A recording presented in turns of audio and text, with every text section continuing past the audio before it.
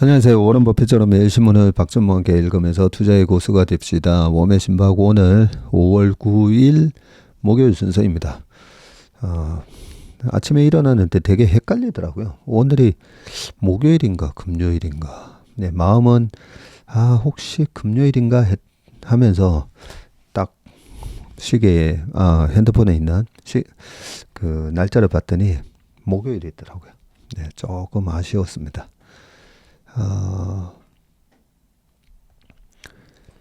자, 오늘은 좀 어제 사적인 얘기를 너무 많이 해가지고 네, 오늘은 바로 신문 기사로 좀 넘어가 보겠습니다. 그래도 사적인 댓글 남겨주신 분들 댓글 다 읽어봤고요. 뭐 아들 세 분이시라는 분들 또 계셨고 제가 다 읽어보고 있으니까요. 그런 또 사적인 댓글 저도 읽는 거 좋아합니다. 이제 조금씩 계속 이렇게 얼굴은 못 뵙지만 계속 서로 알아가는 거잖아요, 그죠? 자, 우리 최선리 명가 가족 여러분들하고 조금씩 알아가는 게 참 좋습니다. 자, 오늘 첫 번째 기사입니다. 갈 곳 없는 돈, 은행으로 657조 파킹이라고 돼 있는데 이 기사 가지고도 좀 드릴 말씀이 몇 가지가 있는데 일단 기사부터 볼게요. 자, 마땅한 투자처를 찾지 못한 돈이 은행에 몰리고 있다. 대기성 자금으로 꼽히는 요구불 예금만 5대 시중은행에서 올 들어 25조 원 넘게 늘어났다고 합니다. 자, 이들 은행이 깔고 앉은 금리 연 0.1%짜리 공짜 예금만 657조 원에 달하고요. 금리 일반 예금 보통 적금으로 들어야 금리가 좀 높은데 수시 입출금식 이 예금은 참 금리 아직까지도 0.1%밖에 안 주나요? 금리가 이렇게 올랐는데. 자, 이 저원가성 예금만 657조에 달한다고 합니다. 1분기 말이니까 3월 말 기준으로.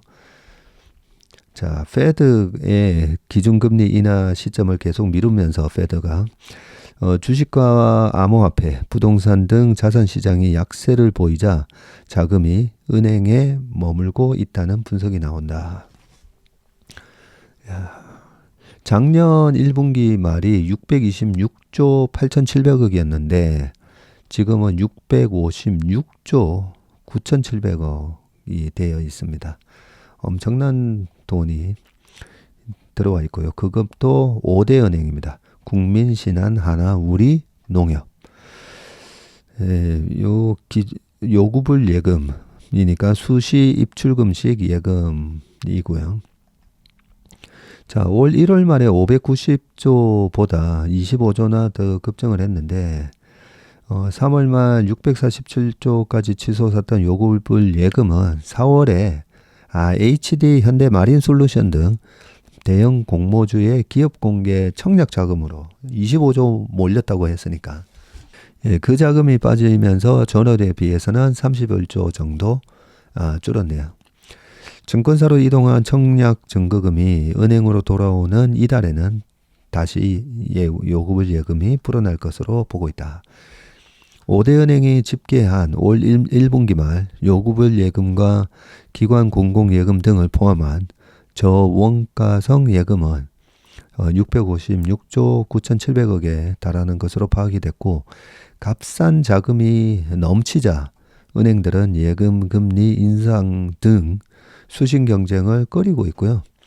5대 은행의 이날 1년 만기 정기 예금 최고 금리는 연 3.5에서 3.6% 수준이네요. 1년 만기 정기 예금은. 지난해 12월에는 연 3.9에서 3.95였는데 좀 줄었습니다. 한국은행에 따르면 작년 11월 연 4.18%에 달한 예금은행의 저축성 수신금리는 올 3월 연 3.58%로 떨어졌고요. 예금금리가 하락해서 은행이 예금자에게 줘야 할 이자가 줄면서 은행들의 이자 이익이 예상보다 많이 불어난 상황이라고 말을 했네요. 야, 650조 되는 자금을 0.1% 주면서 그 돈을 굴리면 은행들이 녹아낼 수밖에 없겠네요.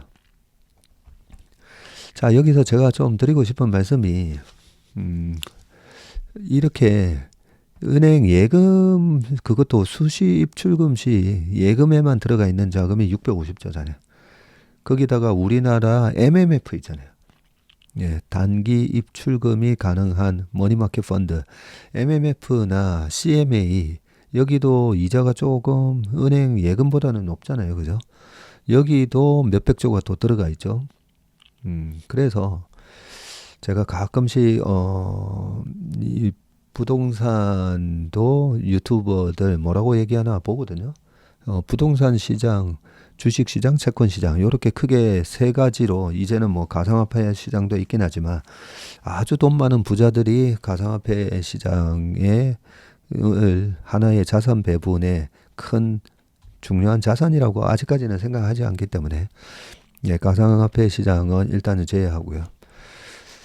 그렇게 채권, 주식, 부동산 요렇게 이 세 가지가 다 알고 있어야 주식 시장이 언제는 왜 안 되는지, 최근에 일드갭으로 주식하고 채권의 상대적인 매력도로 설명을 좀 드렸었잖아요. 근데 이 부자들은 또 부동산도 항상 이 큰 투자에 가장 중요한 투자 자산으로 늘 생각하고 있기 때문에 이 부동산 시장도 항상 같이 봐야 되거든요. 이게 부동산 이렇게 유튜브도 가끔씩 보다 보면 뭐 늘 빠진다라고 얘기하시는 분들이 좀 있잖아요. 뭐 아마 떠오르시는 분들 몇 명 이렇게 몇 분 생각날 건데, 근데 그분들이 저는 어떤 논리로 지금 시장을 약하게 보나, 저는 그 혹시나 제가 모르는 논리가 있나 해서 이제 가끔씩 듣거든요. 그러면 고금리 상황에서 뭐 대출이 어렵다든가, 아니면 주택 시장에 공급이 너무 많아서 미분양 물량이 넘치고, 그러면 모든 가격은 수급에 따라서 움직이는 거니까요. 뭐 그런 얘기들이 있나 해서 듣는데, 어떤 분은 일관되게 하는 얘기가 지금 이 가격에 누가 집을 사주냐, 누가 집을 사줄 사람이 어디 있느냐, 여기서 15% 빠진다고 누가 사느냐, 누가 살 돈이 어디 있느냐, 그거 살 돈이 어디 있느냐, 이런 얘기를 많이 하시거든요. 예, 그거는 사실 좀 논리적인 대답이 아니다라고 저는 생각합니다. 왜냐하면 지금 투자처를 찾는 이 엄청난 대기 자금이 엄청 많습니다. 대기성 자금으로 꼽히는 요구불 예금만 657조 이렇게 적혀 있잖아요. 여기 MMF 합쳐가지고 한 1000조 되는 그 자금들이 항상 수익, 채권이 나은가 아니면 부동산이 나은가 주식이 나은가. 근데 그 우리가 투자를 할 때 늘 생각해야 될 게, 그 마코비츠의 포트폴리오 이론도 그렇고, 너무 깊게 들어가면 안 되는데, 그 프론티어 라인이라고 있습니다. 그 주식이나 투자 자산의 기대 수익률과 채권도 마찬가지고요. 기대 수익률과 또 하나 뭘 봐야 되죠? 항상 리스크, 그죠? 예, 위험과 수익의 이 페이오프 그래프에서 이 동일한 위험으로 가장 높은 수익을 주는 자산을 찾게 돼 있고요. 동일한 수익률, 어떤 부동산, 채권, 주식 해서 다 10%씩 준대요. 다 10%씩 주면 국채 사야죠, 국채. 위험이 가장 적으니까. 네, 그런 개념으로 동일한 수익에서는 가장 리스크가 적은 자산은 뭔가. 그러면서 이 돈이 스마트하게 가격을 결정을 하는 거거든요. 그런 측면에서 이 돈들이 지금 유동성이 말라 있는 시장인가 아니면 유동성이 아주 풍부한 시장인가. 그 글로벌 유동성 리퀴디티 인덱스라든지 그 유동성에 가장 큰 영향을 미치는 거는 뭐니 해도 금리입니다. 네. 예. 그 금리이긴 한데 금리가 조금만 낮아지고 그래서 그 코로나 때도 금리가 제로 금리가 됐는데 막 코로나 막 분석하면서 여기서 더 빠져야 된다. 경제가 어떻게 될 거다. 그게 좀 잘못된 판단이라고 했었잖아요. 가장 중요한 금리를 안 받기 때문에. 예, 부동산도 마찬가지입니다. 네, 지금 고금리 상황이 해소가 되면 언제든지 근데 부동산이라고 다 똑같은 건 아니죠.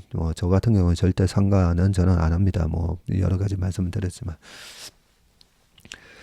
예, 그래서 살 돈이 없다. 네, 여기서 누가 사냐? 그거는 좀 논리적으로 맞지 않다. 네, 그런 말씀을 드리겠습니다. 자, 그 다음은요, 아마존 우주통신전쟁 선전포고 스페이스X와 맞붙는다. 요쪽 기사를 볼 때마다 앞으로 차세대 통신 인프라가 어떻게 바뀔지에 대한 그림이 그려진다고 말씀을 드렸고요. 그 차세대 다음 패러다임에 있어서 1등이 누군가를 보고 그 1등을 사놓으면 보통 10배 이상 수익이 나는 거죠. 근데 그 패러다임이 언제 오고 그 패러다임이 왔을 때 또 1등이 항상 바뀔 수가 있으니까 그 부분을 조심하시긴 해야 되죠. 그래서 이 경쟁 구도를 계속 체크를 해야 됩니다. 자, 기사를 읽어보겠습니다. 현재까지는 스페이스X가 뭐 압도적인 1등인데 그죠? 자, 아마존이 내년 통신망의 도움 없이 지구 어느 곳에서나 인터넷을 쓸 수 있는 저궤도 위성통신 서비스를 상용화한다.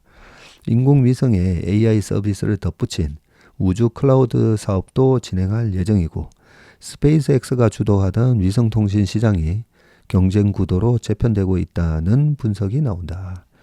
아마존 자회사인 아마존 웹서비스의 클린트 크로시어 항공우주위성총괄은 8일 한국경제신문과의 이메일 인터뷰를 했군요.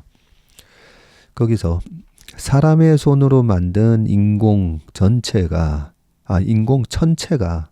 수자원 보호와 온실가스 배출량 측정, 작물 수확량 예측 등을 도맡게 될 것이라고 말을 했고요. 아마존은 29년까지 저궤도 위성 3232개를 띄우기로 했는데 지구를 감싸듯 이 위성들을 펼쳐 지상망 통신을 쓰기 어려운 세계 곳곳에 5세대 이동통신 속도로 우주통신 서비스를 제공한다는 구상이고요.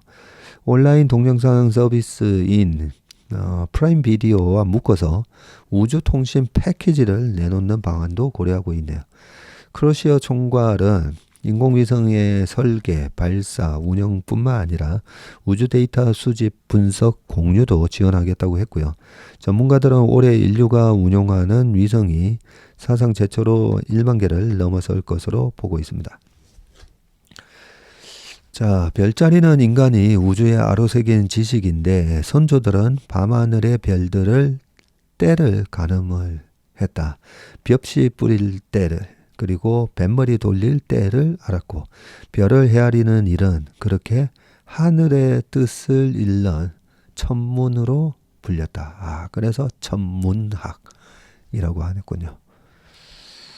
자, 21세기 천문학자들은 저궤도 위성 군집을 별자리, constellation이라고 부르고요.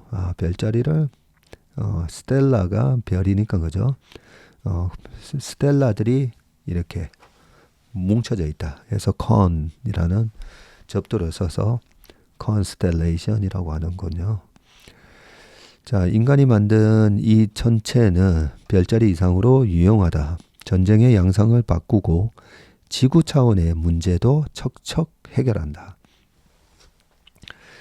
자, 8일 미국 워싱턴주 시애틀에서 북동쪽으로 20km 떨어진 곳에 있는 16,000 스퀘어미터 규모 대형 창고. 이곳에서는 아마존이 저궤도 위성사업 프로젝트 카이프에 쓸 위성 생산 준비가 한창이다.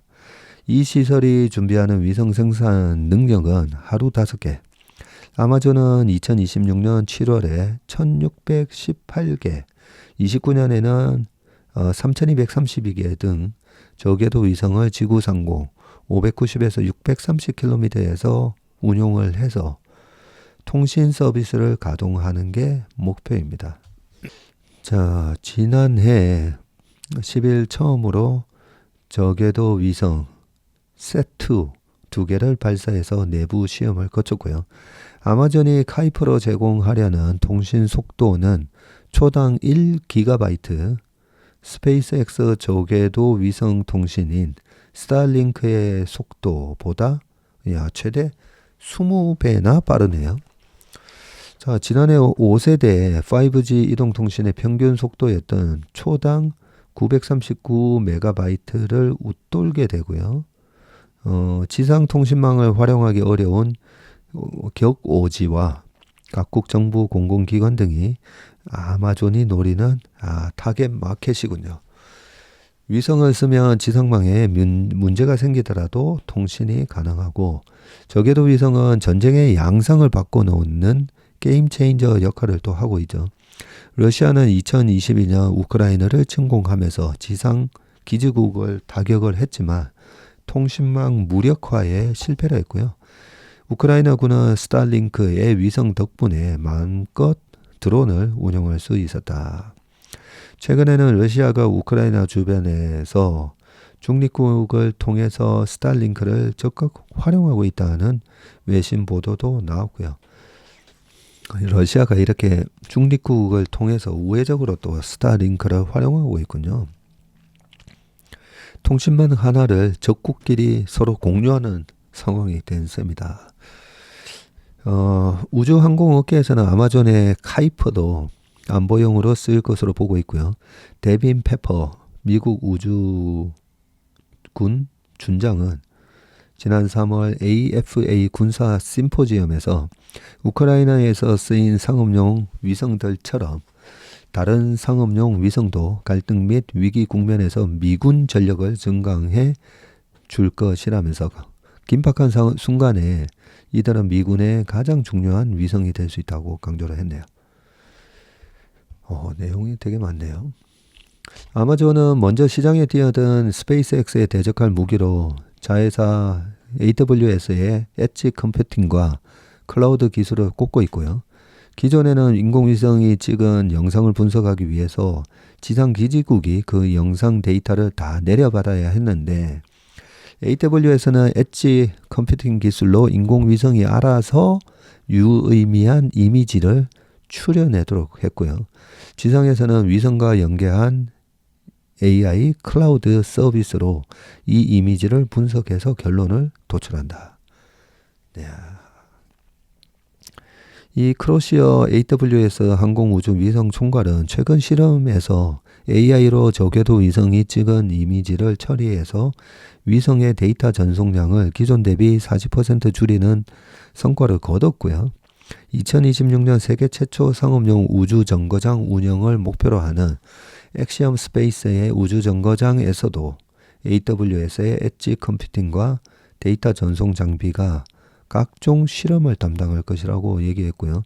방대한 위성 데이터를 실시간으로 처리할 수 있게 되면 지구적 문제를 해결하는 데에도 도움을 줄 수 있다면서 탄소 발자국 모니터링, 불법 어선 탐지, 산림 해양 자원 관리 등을 하는데 위성 기술을 적용할 수 있다고 덧붙였다. 자, 저궤도 위성 42,000개 운영이 목표인 스페이스X는 물량 공세가 한창이고요. 스페이스X는 42,000개 운영이 목표라고 합니다. 아까 AWS가 2029년에 3,232개인데, 자, 앨런 머스크의 이 무시무시한 이 저력이 나타나죠. 자, 올해 들어서 나흘에 한 번꼴로 로켓을 지금 쏘고 있고요. 스페이스X가 이 로켓 하나로 위성을 최대 24개까지 띄운다고 합니다. 와, 지난 6일에도 펠컨 9 로켓으로 23개를 띄웠고요. 우주 통계 서비스인 오비팅 나우와 플래닛 4589에 따르면 지난달 15일 기준 스페이스X가 쏘아 올린 위성은 562개나 된다고 합니다. 야, 스타링크 위성은 1세대에 3,587개, 추진력을 끌어올린 2세대에 2,157개 등 총 5,744개에 달하고요. 인류가 운용하는 위성수는 현재 9,796개네요. 야, 하늘에 떠 있는 위성수가 거의 10,000개 되네요. 10,000개. 와, 사람이 9,796명이 모여 있다라고 생각하면 꽤 많은데, 자, 올해 10,000개 돌파가 유력하고요. 지구에서 맨눈으로 볼 수 있는 별인 겉보기 등급 6등성 이상 별의 수가 8,600개네요. 우리가 그냥 맨눈으로 볼 수 있는 별이, 야, 옛날에는 지금도 해변가에나 높은 산에 밤에 올라가면 이 별들이 반짝반짝 엄청 많은데, 그 별이 8,600개보다 훨씬 많아 보이긴 한데, 자, 이 별보다 훨씬 많은 숫자가 이제 인공위성으로 떠다니게 됩니다. 일론 머스크가 넘보는 새 무대는 화성이고, 최근 나사는 화성에서 스타링크 위성을 사용하겠다는 스페이스X의 계획을 또 승인을 했네요. 화성과 지구 사이에 통신망을 놓기 위한 첫 발을 뗐습니다. 참, 우리가 보면 정말 아직까지도 공상과학 소설이나 미래 우주 영화에서나 이 그리는 그림 같은데, 참 미국이 대단한 나라입니다. 이런 거 보면 그죠.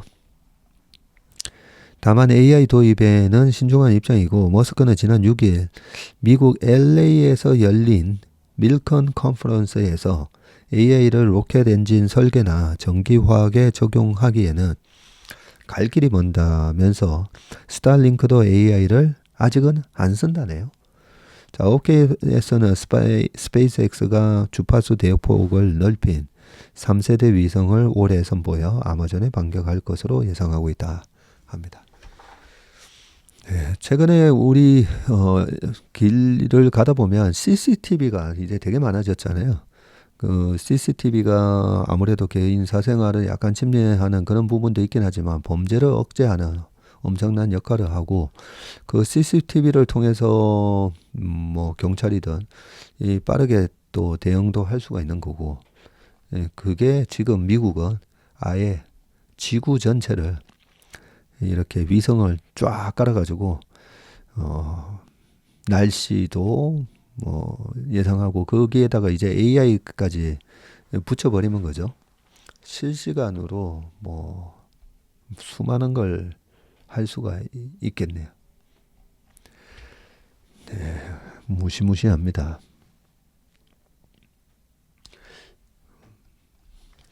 자, 요 부분에 있어서 그러면 중국은 이 위성이나 이런 부분에 있어서 미국의 기업들이 그렇게 다 CCTV로 다 쳐다보게끔 위성에서 다 하나하나 다 볼 수가 있잖아요. 자, 이 싸움에서 중국은 어떤가 궁금했는데 바로 밑에 또 기사가 있습니다. 초저궤도 선점 나선 중국 26,000개 위성 군단 띄운다. 이야, 또 중국도 만만치 않네요, 보니까. 자, 중국은 저궤도에 위성 26,000개를 띄워서 글로벌 통신 항법 시장을 동시에 장악하겠다는 야심을 드러내고 있고요. 올 상반기부터 29년까지 위성 1,300개를 쏘아 올리는 프로젝트를 먼저 가동을 했군요. 자, 지난 1월 첫 상업용 발사대를 완공한 데 이어서 두 번째 발사대 건설도 이달 마쳤고요. 니온게이자의 신문 등에 따르면 중국 정부가 100% 출자해서 세운 우주기업인 중국 위성 네트워크 그룹은 올해 첫 저궤도 위성을 발사할 예정이다. 올해 첫 저궤도 위성을 발사하군요. 중국 정부는 저궤도 위성 13,000개를 활용을 해서 고속통신망을 구축하겠다는 꼬왕 프로젝트를 21년부터 추진하고 있다고 하고요. 꿔가 아마 나라 국자겠죠. 한국어론, 중국어론 이렇게 한국인, 중국인 할 때 하니까 국왕 프로젝트인 것 같은데 국왕. 자, 지방 정부도 저궤도 위성 사업을 가동하고 있고 상해시 정부는 지난해 7월 G60, G60 스타링크 프로젝트를 공개를 했고요.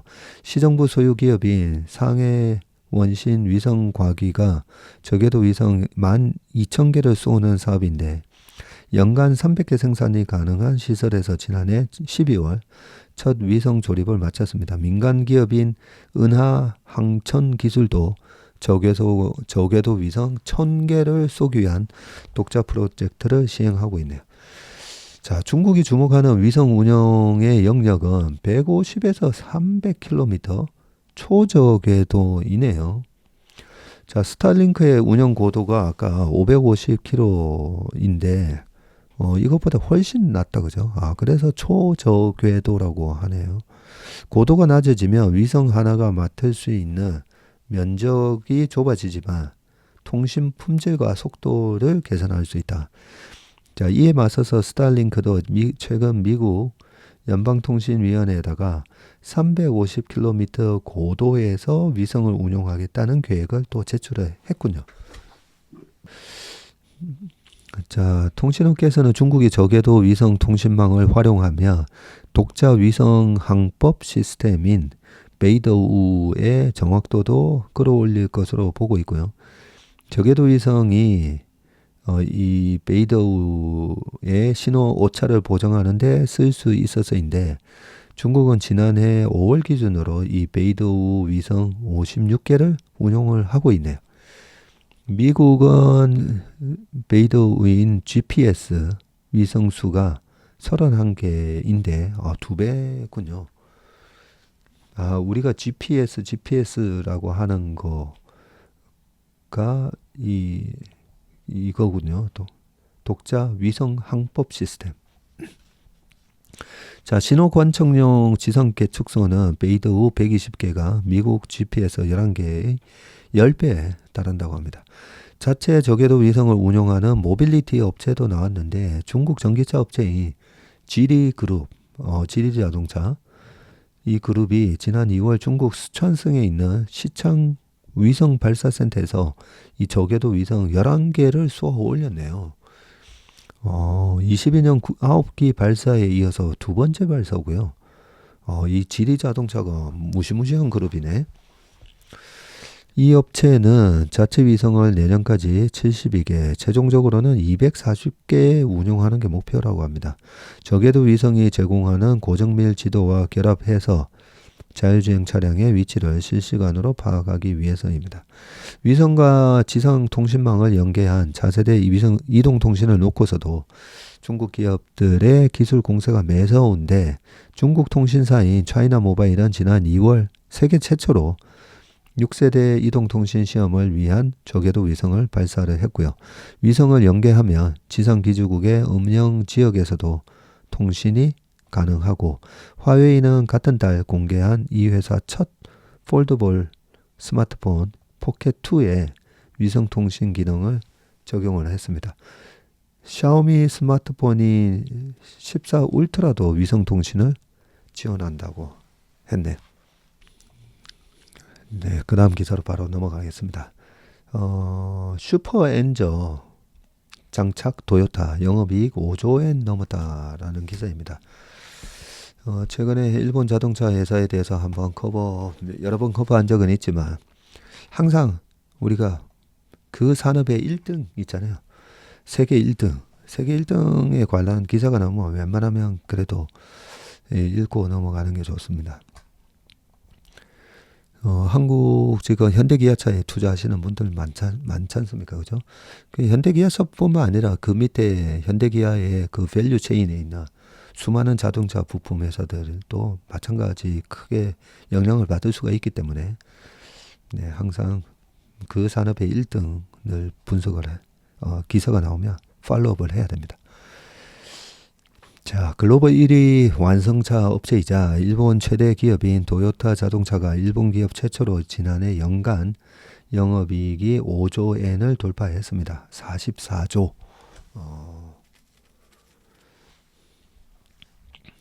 일본 기업 최초로 44조 엔을 돌파했다고요? 우리나라는 삼성전자가 2018년도에 58조 8천억 나왔었고 재작년에도 51조 정도 나왔고 하니까 그 40조는 일찌감치 돌파를 한 적이 많았었는데 일본 주식시장에 또 시가총액 넘버원인 도요타가 지난해 처음으로 44조 원, 5조 엔을 돌파했군요. 미국 하이브리드카 판매 호조에 엔저 효과가 더해져서 그렇다고 합니다. 매출은 전년 대비해서 21.4%나 늘었고요. 영업이익이 96.4% 증가했다고 합니다. 차량용 반도체 공급 부족 현상이 해소가 되면서 생산이 정상화해서 판매가 늘어난 덕분이고요. 도요타의 지난해 글로벌 판매는 전년 대비해서 7% 증가한 1030만 대로 처음으로 1100만 대를 넘어섰습니다. 정확한 숫자는 1123만 대였던 걸로 기억을 하는데 글로벌 판매 1030만 대. 네. 자, 특히 수익성이 높은 하이브리드카 판매 호조 등이 영업이익을 2조 엔가량 끌어올렸고요. 엔화 약세도 한 6,580억 엔 정도 기여를 했다고 합니다. 거의 6조 정도가 엔화 약세 잠깐만요. 6,580억 엔이잖아요. 그러면 6조 정도인데 그렇죠. 전체 이익이 40조가 넘었으니까 44조 정도 되니까 자, 환율 효과가 6조 정도 있었다고 보시면 됩니다. 도요타는 올해 전기차, AI 등 미래성장 분야에 1조 7천억 엔을 투입해서 미국 테슬라와 중국 자동차 업체 공세에 대응할 계획이고요. 전년 대비해서 40% 늘린 투자 규모인데 핵심 투자 분야는 AI를 활용한 자율주행 등 소프트웨어와 전기차라고 합니다. 핵심 투자 분야, AI를 활용한 자율주행 등 소프트웨어하고 전기차네요. 최근 전기차 시장 성장세는 줄었지만 중장기 성장 시나리오는 변하지 않을 것으로 전망을 했고요. 도요타가 이 전기차 시장에 대한 성장세가 변하지 않을 거라고 도요타가 이렇게 전망을 했다니까 좀 믿음이 간다 그죠? 도요타는 2030년 전기차 판매 350만 대를 목표로 지금 하고 있고요. 지난해에는 11만여 대를 판매해서 테슬라 180만 대, BYD 157만 대 등에 크게 못 미쳤습니다. 그러나 하이브리드카에서는 압도적인데 지난해만 전년 대비해서 30% 증가한 355만 대를 판매를 했네요. 테슬라와 BYD의 전기차 합치면 337만 대 나오네요. 그러니까 테슬라 BYD 전기차보다도 훨씬 많은 하이브리드카를 도요타가 팔았네요. 자, 역대 최대 규모인데 하이브리드카 판매로 벌어들인 돈은 미래차에 쏟아붓겠다는 전략이라고 합니다.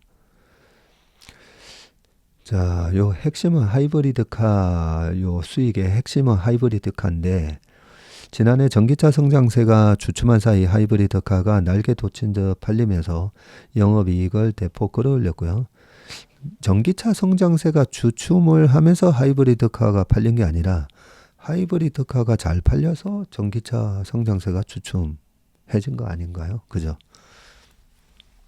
도요타의 최신 하이브리드 시스템은 1997년 세계 최초로 출시한 양산형 하이브리드카 프리우스와 비교해서 원가를 6분의 1로 절감을 했다고 합니다. 프리우스가 1997년에 나왔네요. 우리나라 IMF 터졌던 해. 자, 하이브리드 카를 한 대 팔았을 때 이익률이 가솔린 차보다 10%는 높네요. 이익률도. 원가를 이렇게 절감을 해서 그렇네요. 지난해 엔저 현상이 가속화한 것도 영업이익 증가에 도움이 됐고, 자, 토요타의 영업이익률은 주요 완성차 업체 중에서 가장 높은 수준인데 지난해 11.9%의 영업이익률을 기록을 했고요. 테슬라가 작년에 9.2, 폭스바겐 7%입니다. 등 한자릿수에 그친 것과 대조적이고 전기차, 자동차 사업 부문의 영업현금 흐름은 약 6조 9,700억 엔으로 테슬라의 3배 이상 됩니다. 토요타는 돈 버는 힘을 미래의 투자로 연결하겠다는 계획을 가지고 있고, 토요타 사토 고지 사장은 의지를 가지고 발판 굳히기에 필요한 돈을 쓰겠다면서 미래 투자를 더 늘리겠다고 실적 발표 자리에서 얘기를 했네요. 자, 미국 테슬라는 올해 AI 자율주행 등을 위한 AI 개발에 100억 달러를 투입할 방침임을 밝혔고요. 자, 이 100억 달러면 한 13조가 넘는데 요게 다 보면 뭐 AI 반도체 이런 거에 많이 쓰이겠죠. 자, 그리고 8월에는 자율주행 택시를 내놓는다고 하고 중국에서는 샤오미 등 신흥 전기차 메이커가 소프트웨어를 강화한 지능형 자동차로 공세에 나섭니다. 시장 자체는 경쟁이 굉장히 치열한 시장이다는 겁니다. 자, 토요타는 주유주하는 정책도 강화를 하는데요. 올해 1조 엔을 상한으로 자사주를 매입하기로 했고요. 발행 주식 총수의 약 3%인데 5억 2천만 주에 달하는 기존 자사주는 또 소각할 방침이라고 합니다. 야, 밸류업의 진심이네요. 기말 배당은 전분기 대비해서 10엔 증가한 주당 45엔, 연간으로는 15엔 늘어난 75엔으로 잡았다고 합니다. 투자비 증가가 올해 실적에는 부정적인 영향을 미칠 전망인데 올해 영업이익은 전년 대비해서 20% 오히려 감소하네요. 감소한 4조 3천억 엔으로 전망을 했고요. 매출은 2% 증가한 46조 엔으로 예상을 한다고 합니다. 야, 매출이 늘어나는데 영업이익 감소하면 영업이익률이 떨어지면서 그죠? 주식은 영업이익률이 떨어질 때는 투자하면 안 되는데. 네, 좋은 기사를 읽었네요. 생산 판매를 전년과 거의 같은 수준으로 잡았기 때문이고 계열사인 다이하스 등에서 품질 인증 부정이 발생한 만큼 과도한 생산성 추구보다는 기본을 더 다지기로 한 데 따른 것이라고 합니다. 네, 토요타는 작년 실적 상승에 큰 힘이 된 엔저 효과는 올해 축소될 것으로 전망을 했고요. 올해 엔달러 평균 환율을 145엔으로 내려봤네요.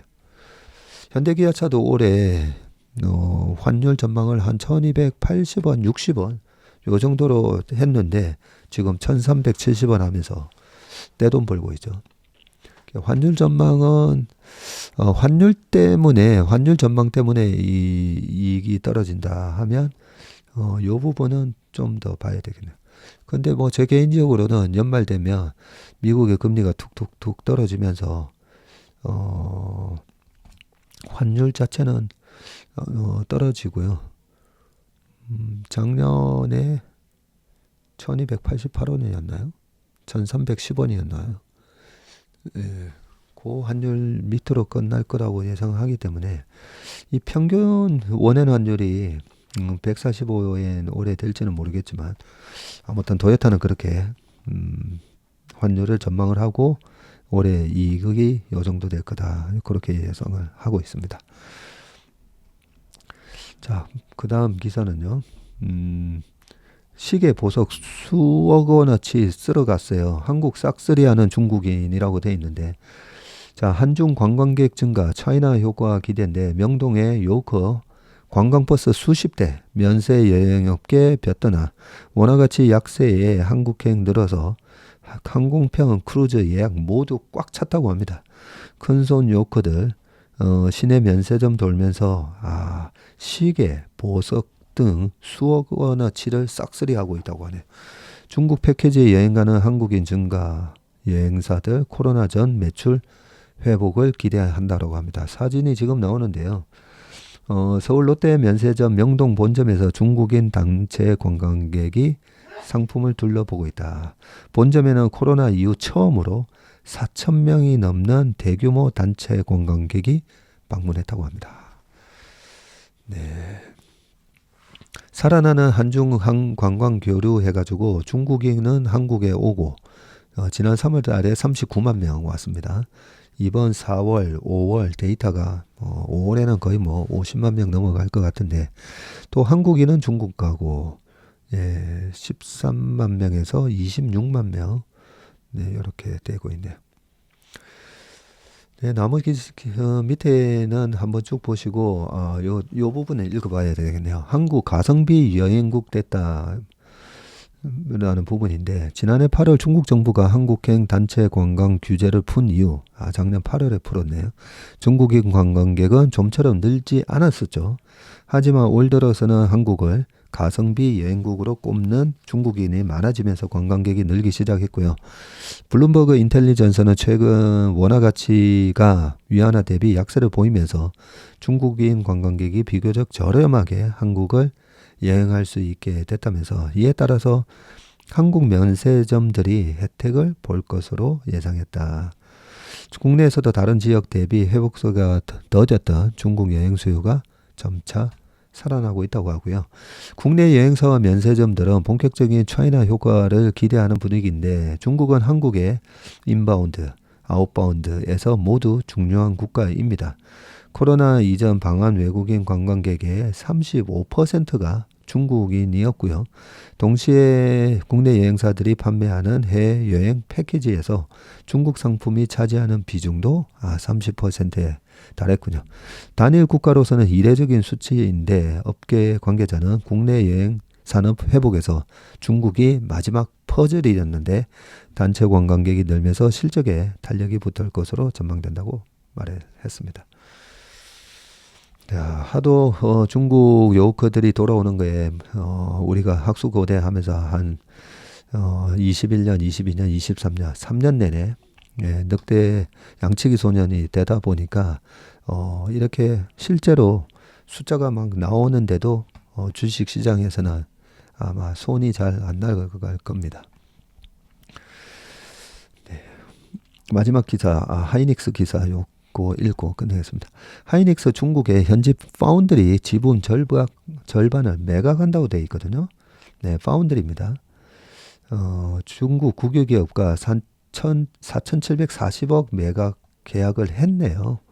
네, 그러면 한 9천억 가치로 본 거네요. 9,500억. 자, 하이닉스가 중국 파운드리 사업을 위해서 세운 현지 법인의 지분을 중국 국유기업인 우시 산업발전에 4,740억 원을 받고 넘기고요. 현지 유력 기업과 손잡고 중국 파운드리 시장을 본격적으로 공략하기 위한 목적으로 풀이가 되는데 오히려 중국 파운드리 시장을 공략하기 위한 목적이군요. 하이닉스의 100% 파운드리 자회사 SK 하이닉스 시스템 IC는 이 지분을 49.9% 우시법인에 넘기기로 했고 10월 말까지 하이닉스 시스템 IC가 보유한 10월 말까지네요. 우시법인 지분 21.3%를 YDG에 1억 4,930만 달러에 매각을 하고요. YIDG 우시 산업발전그룹입니다. 는 우시법인이 진행하는 2억 달러 규모의 3자 배당 유상증자에 참여해서 지분 28.6%를 추가로 확보하는 그런 그림이네요. 네. 자, 이 합작 배경에는 28나노 이상 구형 반도체를 생산해서 중국 반도체 시장을 공략하는 거라고 합니다.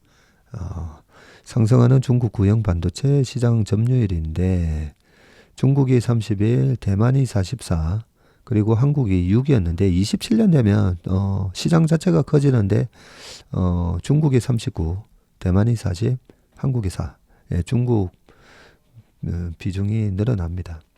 근데 28나노 어차피 그 최선단 그런 반도체 장비 자체가 중국으로 일단은 수출이 안 되기 때문에 저도 이 하이닉스나 삼성의 중국 공장은 이제 앞으로 어떻게 되나.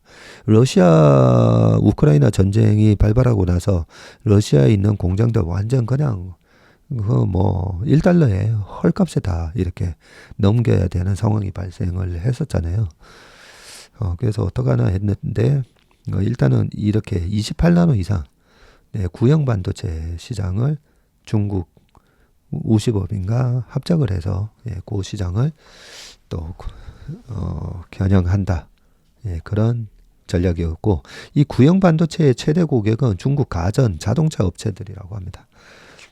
중국 업체의 수요가 늘면서 28나노대 반도체 시장 규모가 2030년에는 2020년에 비해서 3배 이상 늘면서 한 40조 시장이 된다라고 하네요. 이걸 계기로 SK의 중국 시장 점유율이 확대될 거다. 이렇게 전망을 한다고 합니다. 오늘 워맨 신방은 여기까지 하겠습니다. 오늘 하루도 건강하시고 행복한 하루 되시길 바라겠습니다. 고맙습니다.